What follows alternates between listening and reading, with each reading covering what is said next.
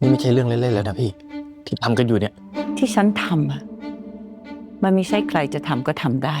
มันต้องเป็นคนประเภทเดียวกันว่าไหมมันเป็นใครกันแน่แม่หัดทำตาม YouTube ไม่รู้ว่าจะอร่อยหรือเปล่าลองดิอร่อยดี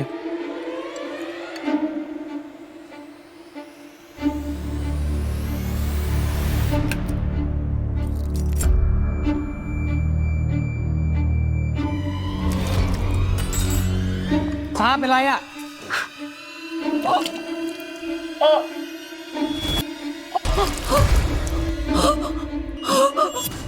โอเคหรือเปล่าคงกินอะไรไม่ค่อยได้แล้วล่ะค่ะ เหม็นไปหมดเลย จะทิ้งไหมเนี่ยแม่กำลังจะเป็นญาตินะครับ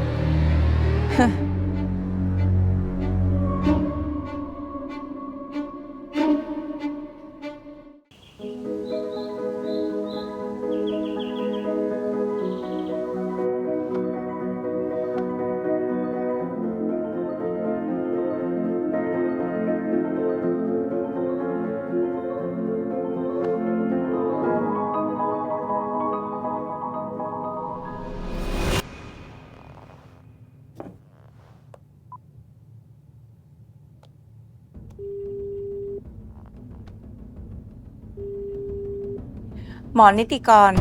ช่วยเคลียร์คิวให้หน่อย เดี๋ยวจะพาลูกสะใภ้ไปตรวจคัน วันนี้เลย ไม่เกิน2 ชั่วโมง ไปบอกคนรถให้เตรียมรถซะ เดี๋ยวไปคันเดียวกันเลย ค่ะคุณแม่คะเรื่องหาหมอเนี่ย ชาขอเป็นคนเลือกเองได้ไหมคะ นั่นสิครับทำไมเราถึงไม่ไปฝากคันกับหมอเฉพาะทางเลยครับ ติชาเพิ่งแพ้อาหารไป แล้วก็รับยาอะไรไปบ้างแล้วก็ไม่รู้ ไปหาหมอนิติกร แล้วก็บอกว่าเราเพิ่งรู้ว่าเราท้อง แล้วถ้าท้องจริงๆ อาการแพ้อาหารนั้น ก็ต้องกังวลไม่ใช่เหรอ นี่แม่จะบอกว่าที่ชาโกหกอะครับ ใจเย็นๆก่อนลูก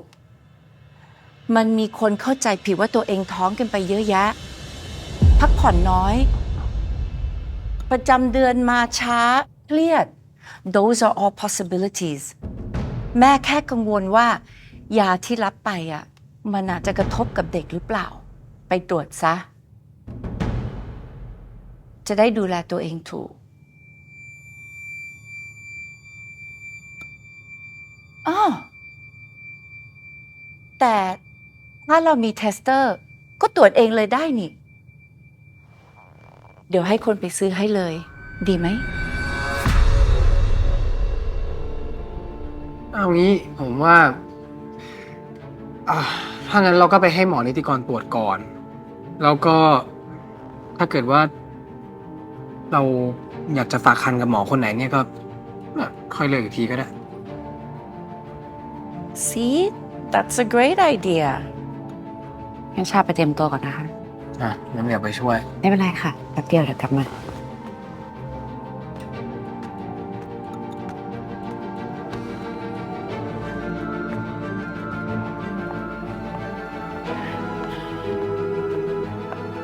ได้ครับ ฮัลโหล แม่คะหนูมีปัญหาแล้วค่ะ หนูดันไปบอกบุษราว่าหนูท้อง เขาจะพาหนูไปตรวจตอนนี้เลย ทำไมไปพูดแบบนั้นล่ะ บุษรามันไม่ปล่อยเธอไว้แน่ เธอก็น่าจะรู้ มันจำเป็นนะคะ แต่ตอนนี้แม่ช่วยคิดหาทางให้หนูก่อน หนูจะทำยังไงดี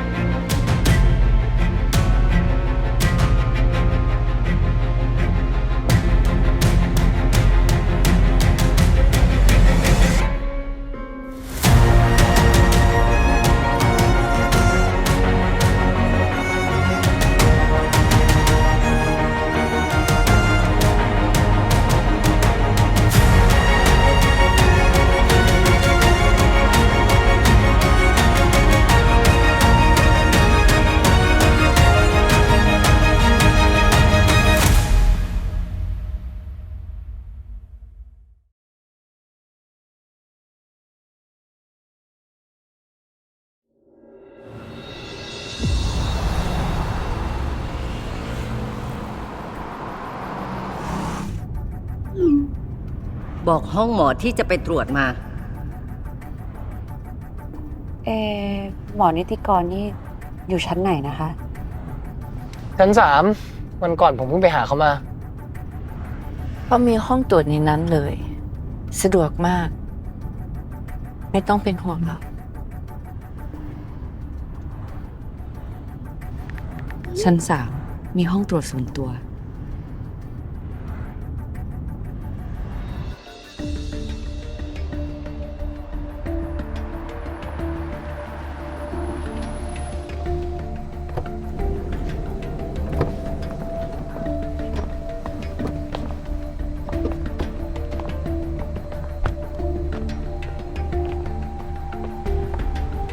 สวัสดีค่ะ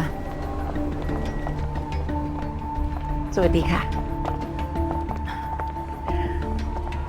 สวัสดีค่ะ สวัสดีครับ พาลูกสะใภ้มาตรวจ ดิฉันจะได้เป็นคุณย่าแล้ว ยินดีด้วยนะครับ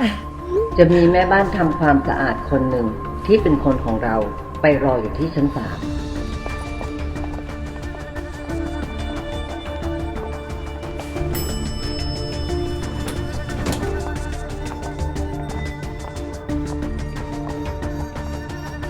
เขาท้องอยู่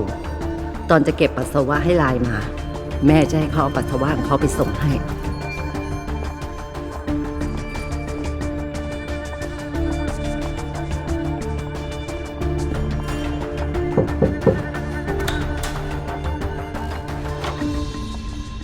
สวัสดีค่ะหมอ สวัสดีครับ ผลนี้มาเรื่องดีนะคะ ลูกสะใภ้ท้อง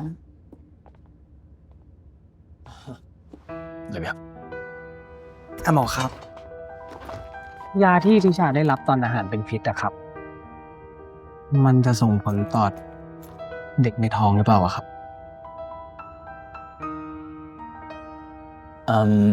ก็ลองตรวจก่อนไหมคะ ถ้าท้องแล้วก็เดี๋ยวค่อยว่า เห็นด้วยกับ กั คุณแม่ค่ะ ตรวจก่อนดีกว่า โอเค งั้นเดี๋ยวเจาะเลือดแล้วก็ตรวจปัสสาวะแล้วกันนะ ตรวจเลือด งั้นตรวจปัสสาวะอย่างเดียวก่อนก็ได้ เพราะว่ามันรู้ผลเลย แล้วถ้าท้องก็ค่อยไปตรวจเลือดหาภาวะเสี่ยงต่างๆ เบาหวานทาลัสซีเมีย หรือว่าโรคตับอักเสบอะไรพวกเนี้ยแล้วก็อย่าลืมบอกวันสุดท้ายที่ประจำเดือนมากับพยาบาลด้วย ไป ถ้างั้นขอที่เก็บปัสสาวะเลยก็แล้วกันค่ะ อยากเข้าน้ำพอดีจะได้เก็บมาเลยทีเดียว ตรวจในนี้เลยก็ได้นะ ไม่ต้องเข้าห้องน้ำข้างนอกหรอก คนป่วยมันเยอะแยะ พยาบาล เชิญค่ะ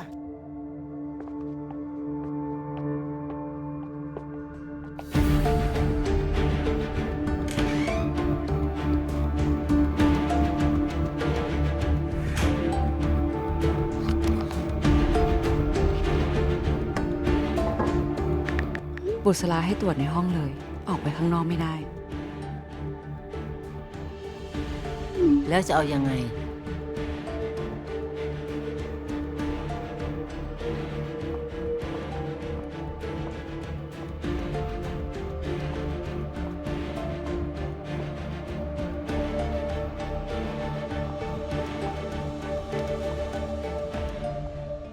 Truth or Dare honey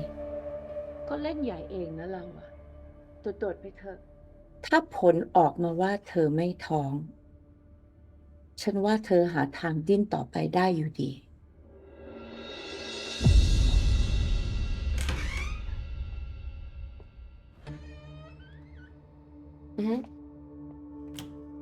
มันก็มีทางไปต่ออยู่ดีนั่นแหละ เต็มที่ก็บอกว่าเครียดจนเข้าใจผิด เครียดจนอาเจียนเพราะแม่ผัวชอบแกล้ง และคืนนี้ตอนที่อยู่ด้วยกัน2 คน ก็อาจจะให้ดูแผลได้ปาก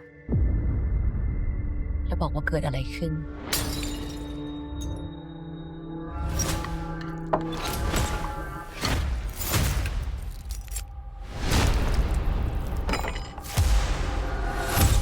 คราวเนี้ยได้เห็นหน้าพัดชัยอีกทีนึง ก็ตอนจุดธูปหน้าศพนั่นแหละ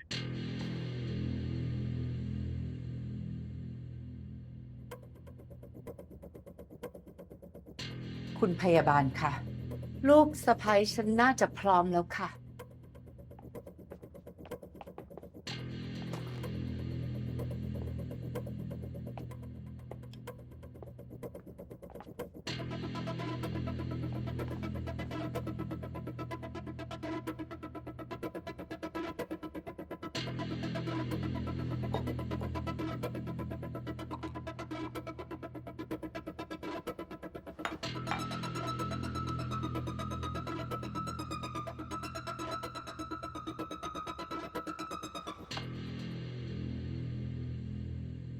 อย่ากังวลไปนะ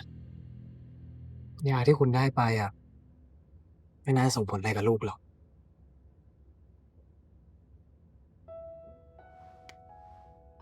แล้วถึงถ้าส่งผลเนี่ยนะ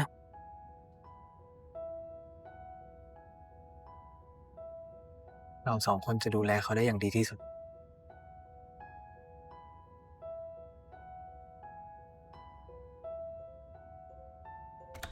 ผลมาแล้วครับอืม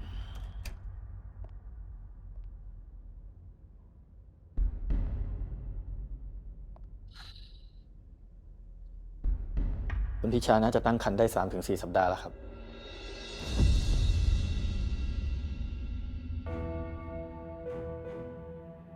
ชา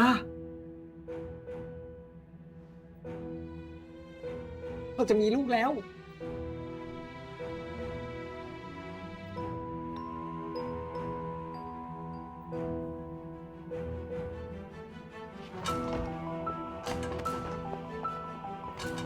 ชา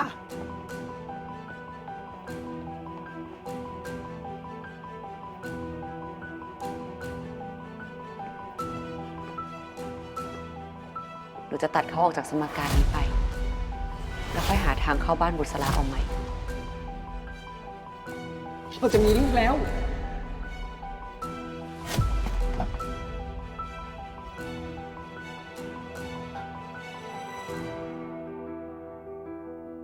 มันไปต่อไม่ได้แล้วรู้ตัวไหม เพราะเธอรักเขา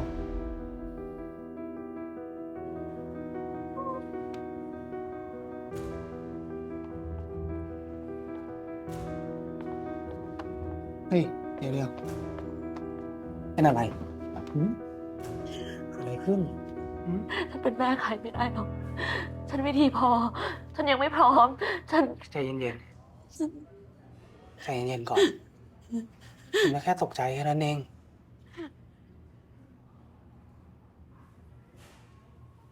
ผมก็ไม่พร้อม ผมไม่รู้ว่าจะเป็นพ่อที่ดีได้หรือเปล่าผมว่าก็จะทำให้เต็มที่ที่สุดตั้งใจที่สุด แล้วผมเชื่อว่าคุณก็จะทำได้ เป็นแม่ที่ดี เราก็จะเป็นทีมที่ดี เชื่อผมนะ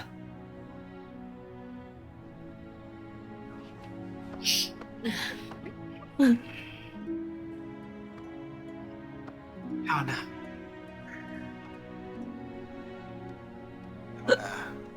เนอะไม่ลองนะ ฉันรักคุณมาก ฉันรักคุณจริงๆ ฉันไม่อยากให้ลูกเป็นอะไร เขาไม่ควรจะต้องมาเจอเรื่องแบบนี้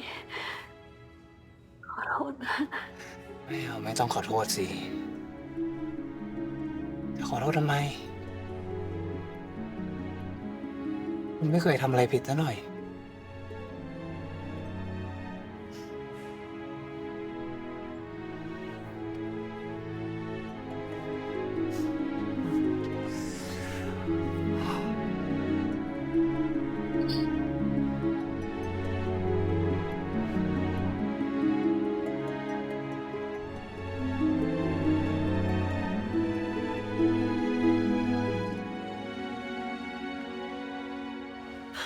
แบบนี้หลานพี่จะเป็นอะไรไหมเนี่ย แต่ไทม์ไลน์อายุคันกับวันงานแต่งมันใกล้กันมากเลยนะพี่ Shit เดี๋ยวผมจะส่งไปแผนกสูติ แล้วก็จะแนะนำหมอที่พอจะคุยได้ให้แล้วกัน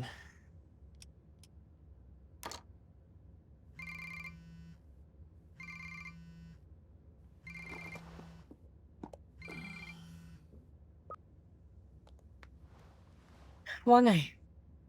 พี่เราต้องคุยกัน เรื่องอะไร มาหาผมที่ออฟฟิศดีกว่า พี่ไม่ว่าง เดี๋ยวนี้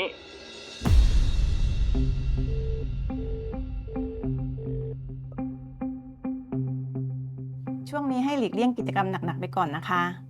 เน้นทานอาหารที่มีประโยชน์ ดูแลตัวเองให้ดีที่สุด ครบ 4 เดือนมาเจาะน้ำคร่ำเพื่อตรวจหาความผิดปกติค่ะ หมอนิติกรบอกแล้วใช่ไหมคะ ว่าก่อนหน้านี้ฉันเคยได้รับยาอะไรมาบ้าง ค่ะ คุณบุตรย้ำมาเรียบร้อยแล้วนะคะ ว่าให้ตรวจเช็คให้ดีที่สุด ไม่ต้องห่วงนะคะคุณแม่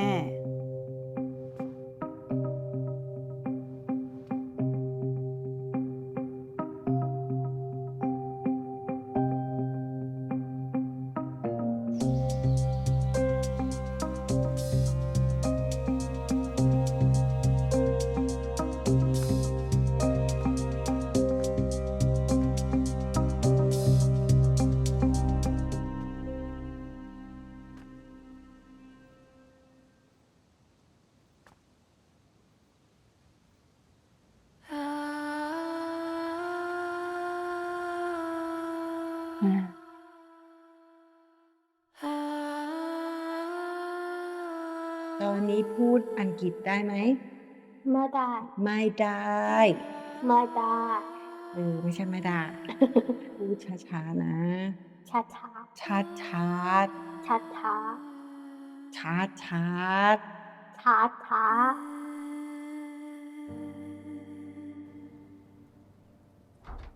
แม่จะทำยังไงดี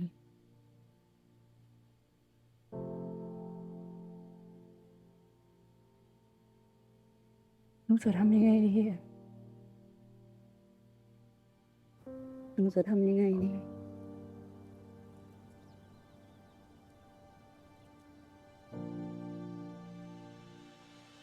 คุณทิชา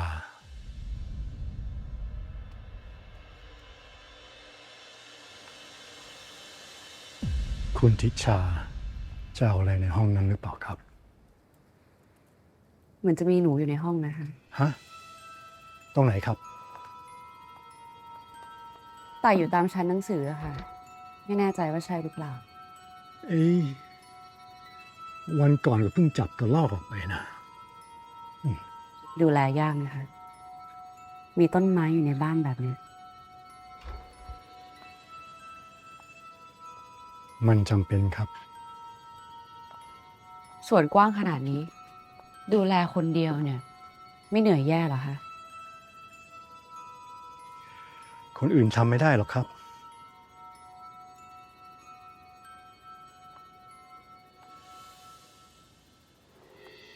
ผมมีปุ๋ยดี ต้นไม้ทุกต้น มีปุ๋ยเฉพาะของมัน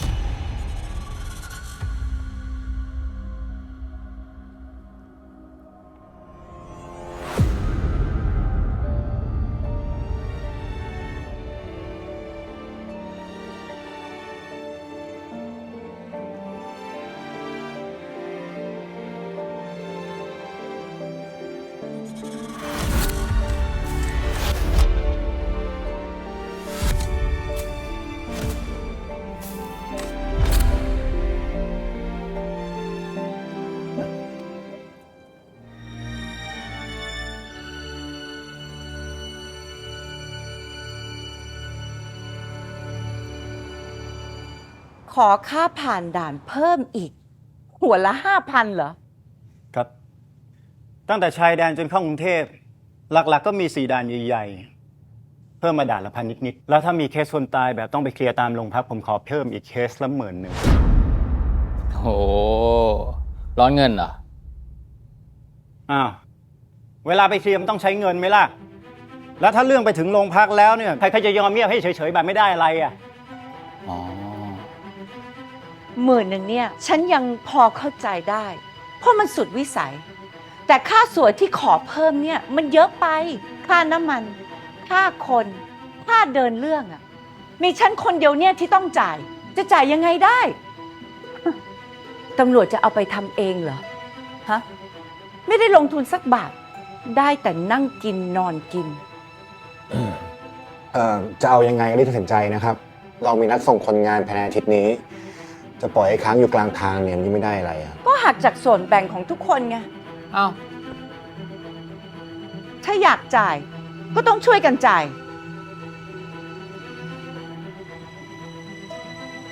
แล้วถ้าผมบอกว่า ผมมีวิธีที่จะทำให้เราไม่ต้องจ่ายเงินเพิ่มล่ะ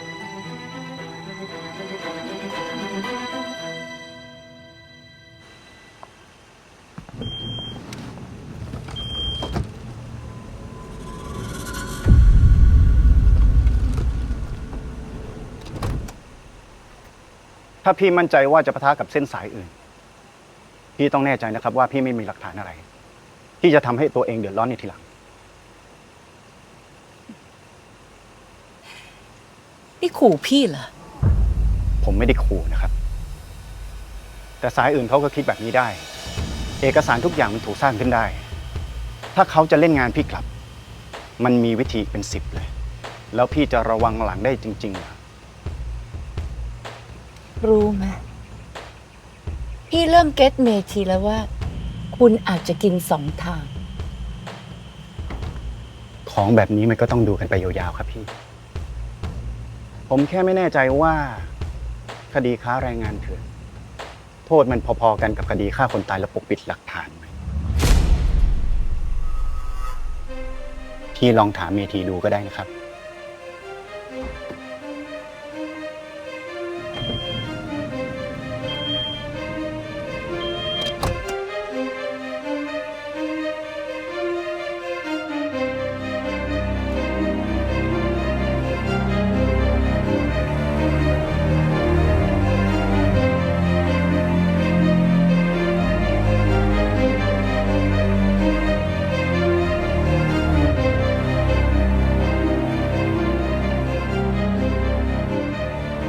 ผมแค่ไม่แน่ใจว่า คดีค้าแรงงานเถื่อนโทษมันพอๆกันกับคดีฆ่าคนตายและปกปิดหลักฐานไหม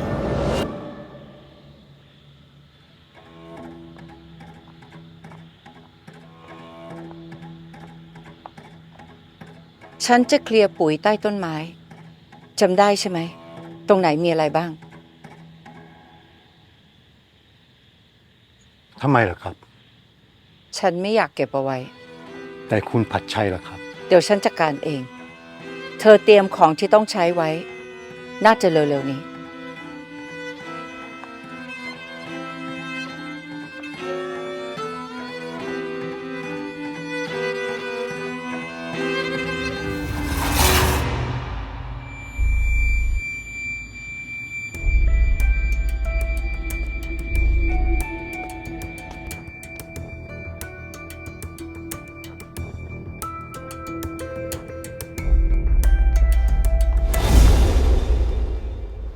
ขึ้นไส้เหรอ ค่ะ ช่วงนี้ชาขอกอดโถส้วมแทนคุณไปก่อนนะคะ พร้อม ไปไหน ก็ไปรูปหลังให้คุณแล้วก็ไปนั่งแพ้ท้องเพื่อนไง ไม่เอาค่ะ ไม่ชอบให้ใครเห็นตอนไม่สวย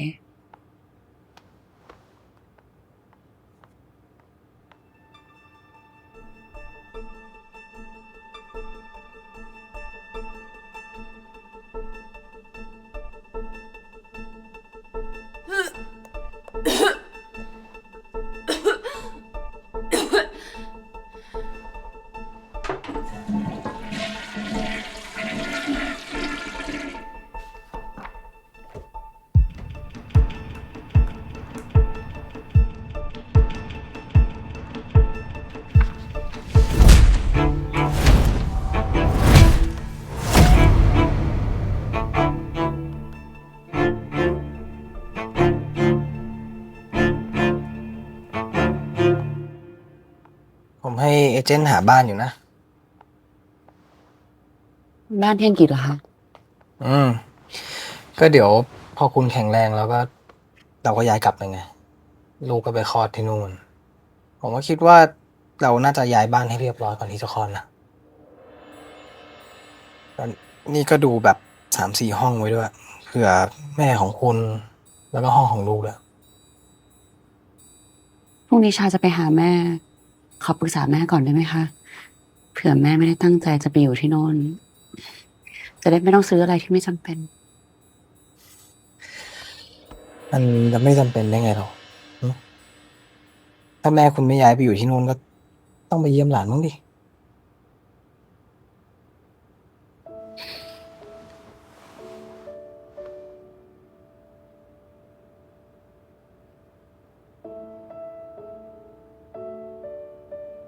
พรุ่งนี้ให้ผมไปด้วยนะ ชาขอไปคุยกับแม่เองก่อนดีกว่าค่ะ ว่ากะว่าจะไปอ้อนให้คุณยายยอมอยู่กับหลานซะหน่อย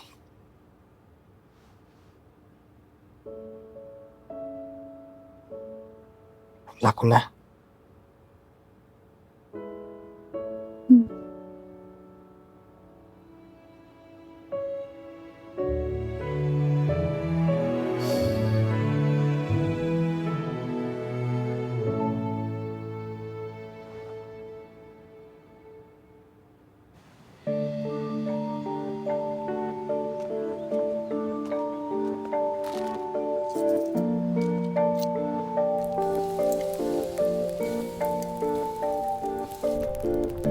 จะเอายังไง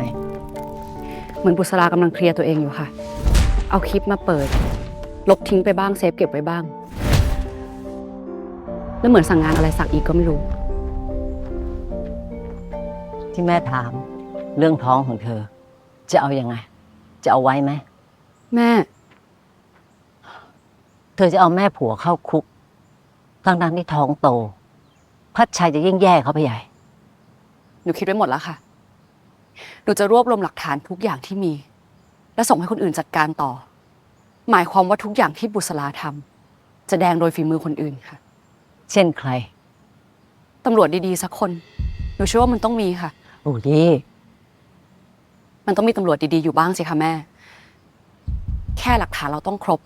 ต้องถึง พัดชัยกำลังจะไปหาบ้านที่อังกฤษ หนูจะพูดให้เขาไปให้ได้ ระหว่างที่เขาไม่อยู่ แล้วแค่ต้องหาคนเข้าไปในบ้านของบุษราไปเอาหลักฐานออกมาครูน่าจะช่วยได้ค่ะ ใช้เวลาเท่าไหร่ เดือนหนึ่งหนูจะกล่อมให้พัดชัยกลับไปรับงานด้วย วันก่อนลูกค้าเขาโทรมา เขาก็ดูอยากทำ หลังจากนี้ถ้าทุกอย่างเป็นไปแบบที่เธอคิด เธอจะทำแบบไม่รู้ไม่เห็นไม่เกี่ยวข้องอะไรด้วยอย่างนั้นเหรอ ใช่ค่ะ แล้วเธอก็จะปิดบังเขาไปตลอดชีวิตด้วย ว่าเธอเป็นใครอย่างนั้นเหรอ ค่ะ ถ้าการโกหกนี้ จะช่วยให้เขาเสียใจน้อยลง หนูจะทำค่ะ แม่ หนูรักเขาค่ะ เขาเป็นคนดี เขาคงจะเป็นพ่อที่ดี และหนูจะไม่เอาลูกออกเด็ดขาด หนูอยากมีลูก แล้วก็อยากให้ลูกมีพ่อที่ดีค่ะ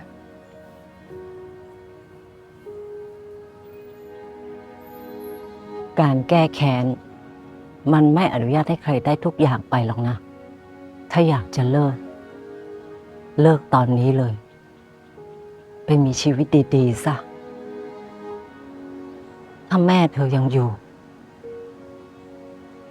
เขาก็จะบอกคำเดียวกันนี่แหละ แต่หนูไม่ได้ทำเพื่อแม่คนเดียวไง หนูทำเพื่อที่ทุกคนจะได้ไม่ต้องมาเจอเรื่องแบบนี้อีก หนูคิดว่าแม่หนูอาจจะไม่ใช่ศพเดียวในบ้านหลังนั้น หนูอยากให้วงจรอุบาทนี่มันจบสิ้นสักที ตอนนี้พอมีโอกาส พอจะมีหลักฐาน หนูรู้ว่ามันเสี่ยง แต่เราก็ต้องทำ เราแค่ต้องการคนช่วยค่ะ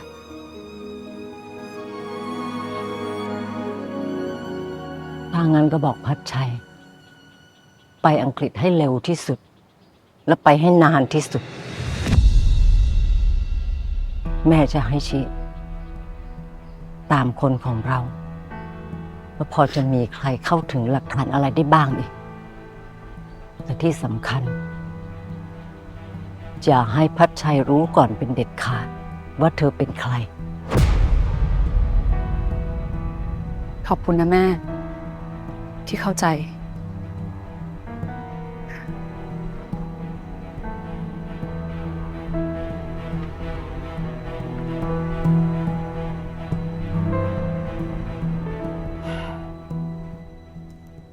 พัดลูก ว่า I've got something to show you Okay. Here.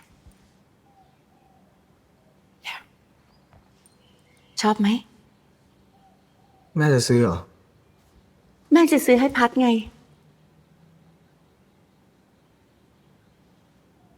ไม่เอา ยูกำลังจะมีครอบครัวใหญ่ ยูจะกลับไปอยู่แฟลตหนุ่มโสดเหมือนเมื่อก่อนไม่ได้นะ Mom, I'm a grown man. And that is my family. So it is my business, right? Just stay out of it.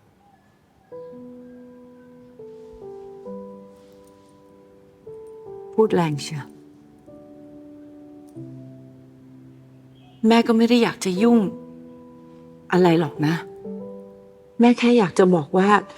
ขอซื้อให้แค่นั้นเอง ไม่เข้าใจ อยู่ดีๆจะซื้อทำไมล่ะ ก็รับขวัญหลานไง สุดท้ายแม่รู้ว่า ลูกไม่ให้แม่ยุ่งกับครอบครัวของลูก แต่แม่ก็อยากจะทำอะไร ให้ลูกของแม่ ให้หลานของแม่บ้าง At least let me pay for half. Look แม่เลือกทำเลดีๆให้2-3 หลัง แต่บ้านหลังเนี้ย is the best ลูกลองไปดูก่อน 9 เดือนอะมันไม่นานนะลูก แป๊บๆเดี๋ยวหลานแม่ก็ออกมาแล้ว Can we talk about this later? I'm working.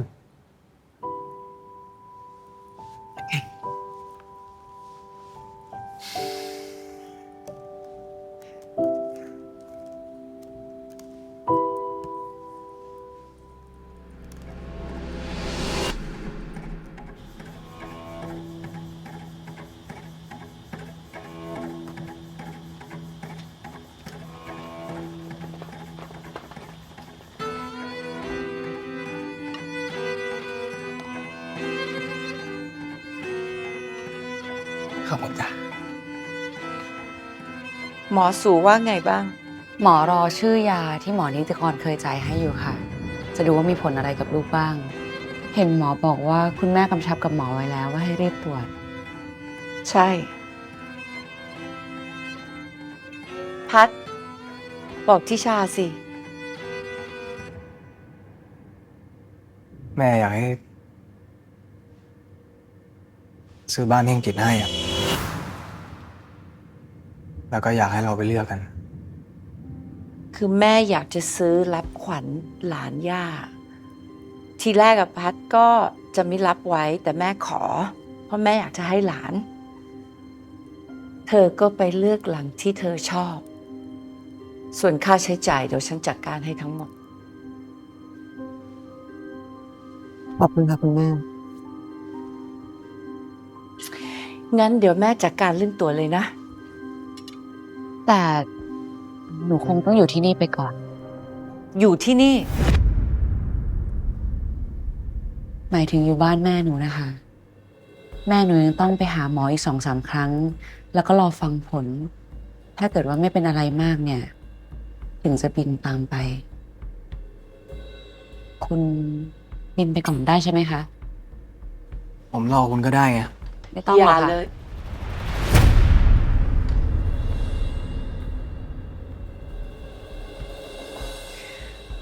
ควรจะรีบไปแล้วก็รีบซื้อลูก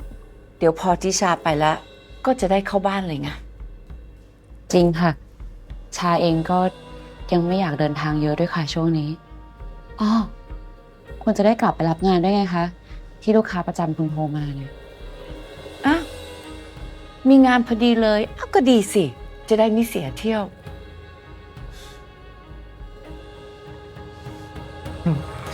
นี่เป็นครั้งแรกเลยเนาะที่ทั้งสองคนมีความคิดเห็นตรงกันเนี่ย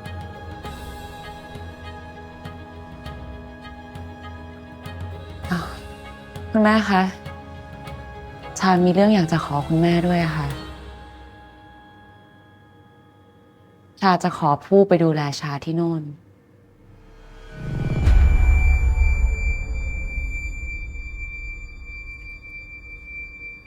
ที่อังกฤษเนี่ยนะปูไม่ไหวมั้ง หนูไปได้ค่ะ หนูจะพยายามปรับตัวค่ะ จะฝึกภาษา หนูไปได้ค่ะ ก็ดีนะ เพราะว่าถ้าเกิดว่าผู้เขาทำได้เนี่ย เราก็มีคนเลี้ยงดูน้องไปด้วย เดี๋ยวคงต้องทำเอกสารเดินทางออกนอกประเทศด้วย ผู้มีพาสปอร์ตต่างด้าวใช่ไหม ยังค่ะ ไม่มีค่ะ อ้าว ยังได้ยังไงอะผู้ทำงานมานานแค่ไหนแล้วเนี่ย มีสิทำไมจะไม่มี ก็แม่เป็นคนที่จัดการเรื่องเอกสารทั้งหมด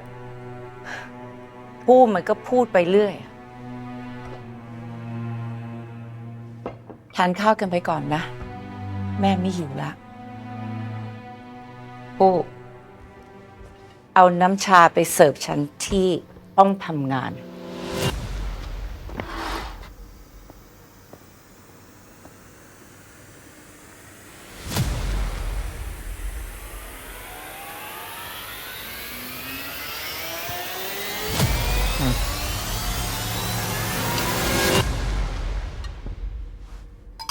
ไม่เป็นอะไรชา ไม่เป็นไรคุณ ชา ไม่เป็นไรคุณ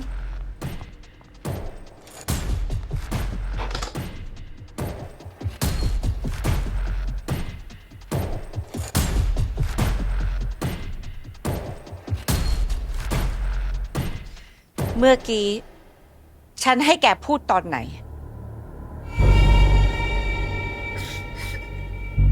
ใช่หนูขอโทษค่ะหนูลืมตัว ถอดเสื้อ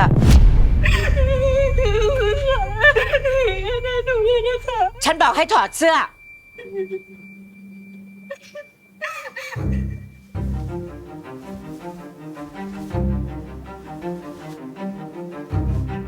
ถอดให้หมด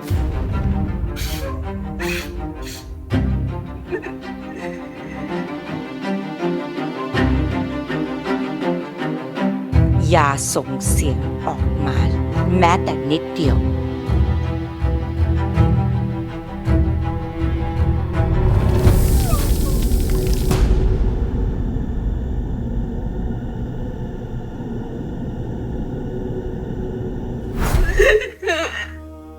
ห้ามพูดเรื่องใบอนุญาตต่อหน้าใครอีก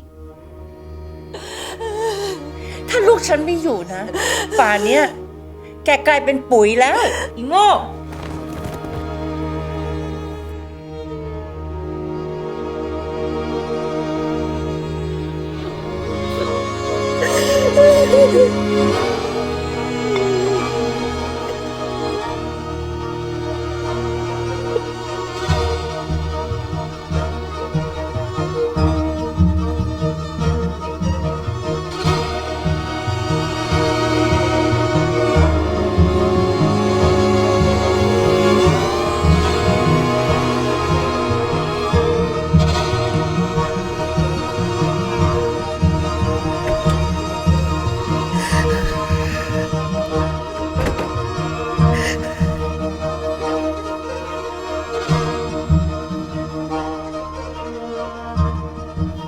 อ้าวผู้เป็นอะไรอ่ะผู้เป็นอะไร หนูทานน้ำชาหกค่ะ หนูไปเอาผ้ามาเช็ดก่อนนะคะ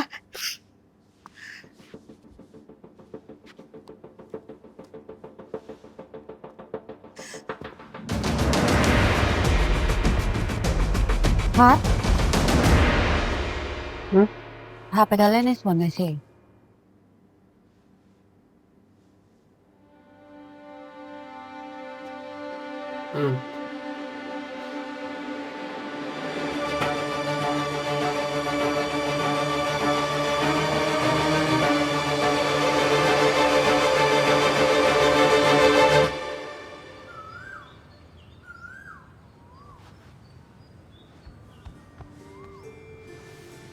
เจอบ้านที่ชอบเมื่อไหร่แล้วก็รีบบอกแม่นะ ครับงั้นไปก่อนนะ อันนี้เดี๋ยวลุงชิมารับใช่ป่ะ ค่ะ ถึงแล้วโทรหาด้วยนะ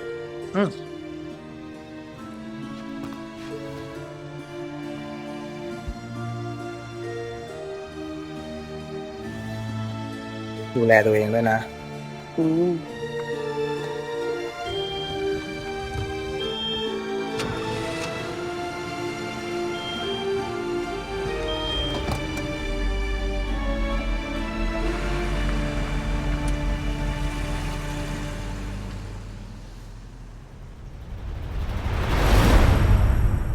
ช่วยเตรียมเอกสารให้ผู้ด้วยนะคะ ฉันไม่ให้ไป ผู้ต้องอยู่กับฉัน ผู้ต้องไปกับหนู ไม่อย่างนั้น พัดชัยได้เห็นใบรับรองแพทย์เรื่องการแพ้อาหาร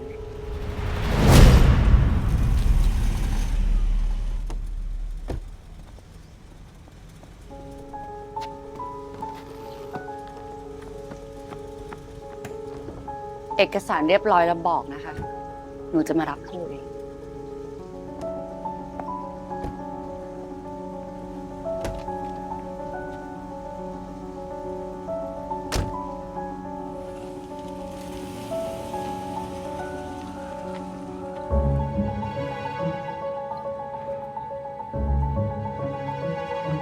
เมธี พี่มีอะไรจะให้ช่วยหน่อย ได้สิครับ แล้วมีเงินรางวัลล่อใจไหมเอ่ย มี ถ้าช่วยได้จริง พี่จะส่งเด็กที่เธอต้องการนักหนา ไปให้ถึงบ้าน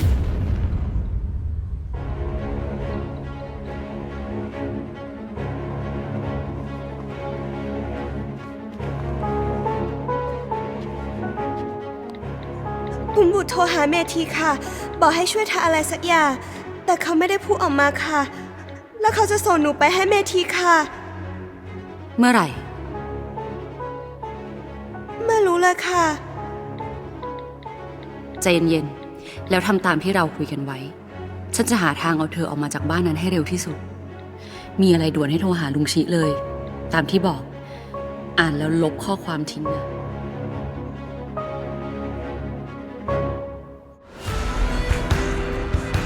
ผู้บอกว่าบุษราติดต่อเมธีให้ทำอะไรสักอย่าง แล้วจะส่งตัวผู้ไป ตอนเนี้ยเราพอจะมีคนของเราที่เข้าหาทางวรสกับไอ้ผู้รับเหมาได้แล้วขาดก็แต่คนที่จะเข้าใกล้เมธีเนี่ยแหละ มันระวังตัวมากเลย ยังไงคะ ลูกน้องมันเนี่ยไม่มีคนไหนที่ไม่ใช่คนไทยเลยสักคนเดียว ขนาดแม่บ้านทำความสะอาดเนี่ยมันยังต้องเลือกด้วยตัวมันเองทุกครั้ง ยังไงหนูก็ต้องจัดการให้เรียบร้อยก่อนพัดชัยกลับมา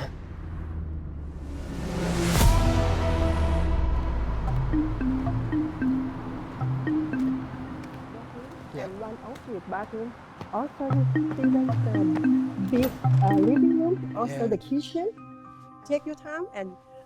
I come back to you. Sure, I'll help you around. Thanks. คือย่านนี้ก็ดีแหละ ก็สะดวกแต่ว่า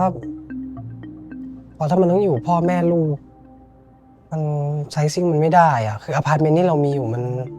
ยังใหญ่กว่านี้เลยอ่ะ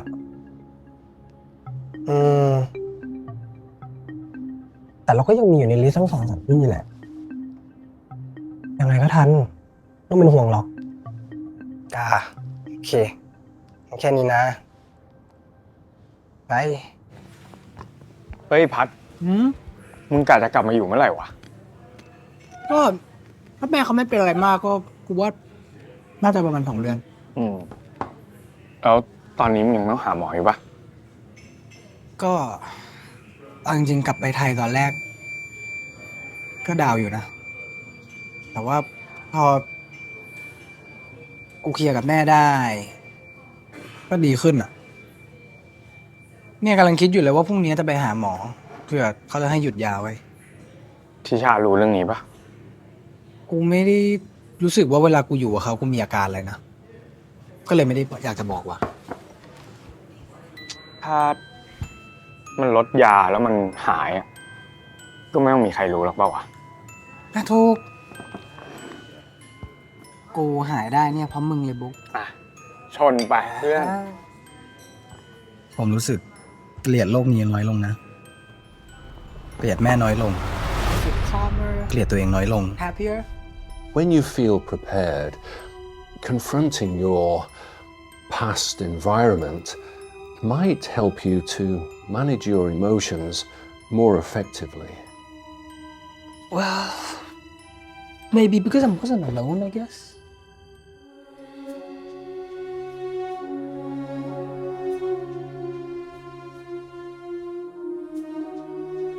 She has a huge impact on me, especially on the first few days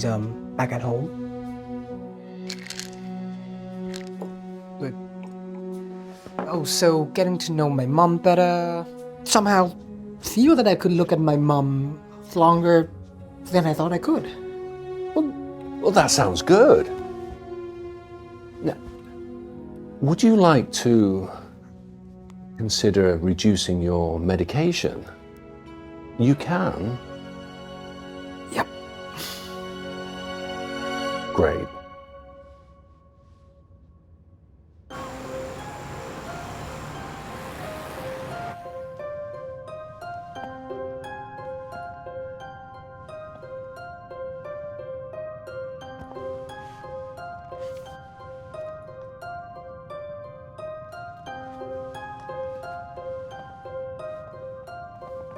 What? Oh, Arthur. Hi. Hi. How are you? I'm alright. This is Bob, an interior decorator. Hi, nice to meet you. Hi. By the way, I love your house, the way you designed, and your place looks amazing, so gorgeous. Thank you. Bob decorated the interior of the house you designed for me.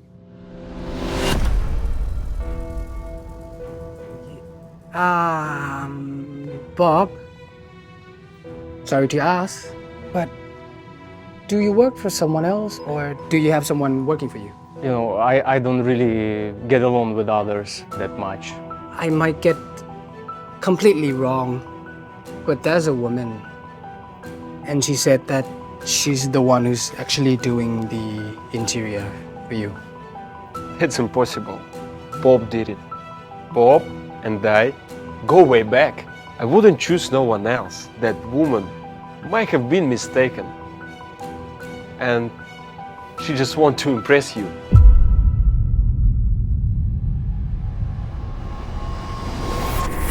คุณเป็น interior ให้กับ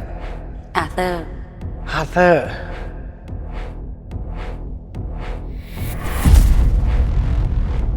You been tricked by a woman.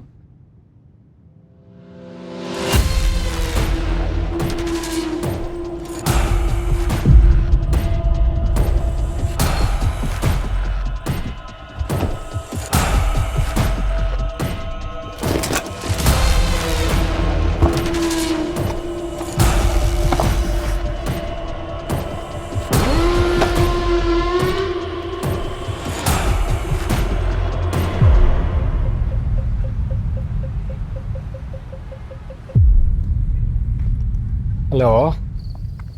เป็นไงบ้าง นี่ผมเจออาร์เธอร์ด้วย เขามากับเพื่อนของเขาบ๊อบที่เป็นอินเทียร์ ผมอาจจะเจอเขาอีกอ่ะ คุณอยากจะฝากอะไรถึงเขาไหม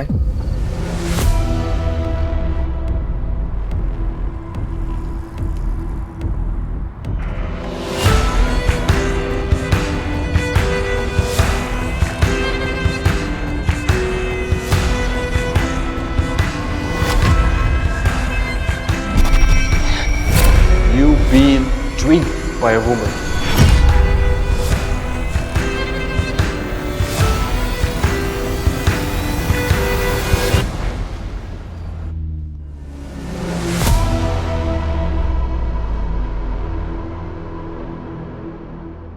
หนูกะว่าหนูจะปล่อยคลิปเสียงที่หนูได้มาออกไปก่อน คลิปนี้มันค่อนข้างแรง ถ้าเขาทำให้เงียบได้เนี่ยแปลว่าเขาก็แรงกว่า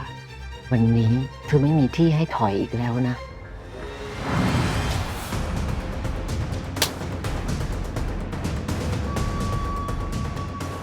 คุณบุตรฝากเช็คประวัติ2 คน คุณเมธีฝากขนมให้คุณบุตร เปิดดูได้ไหมผู้ ถ้ามันมีรอยเปิด หนูตายแน่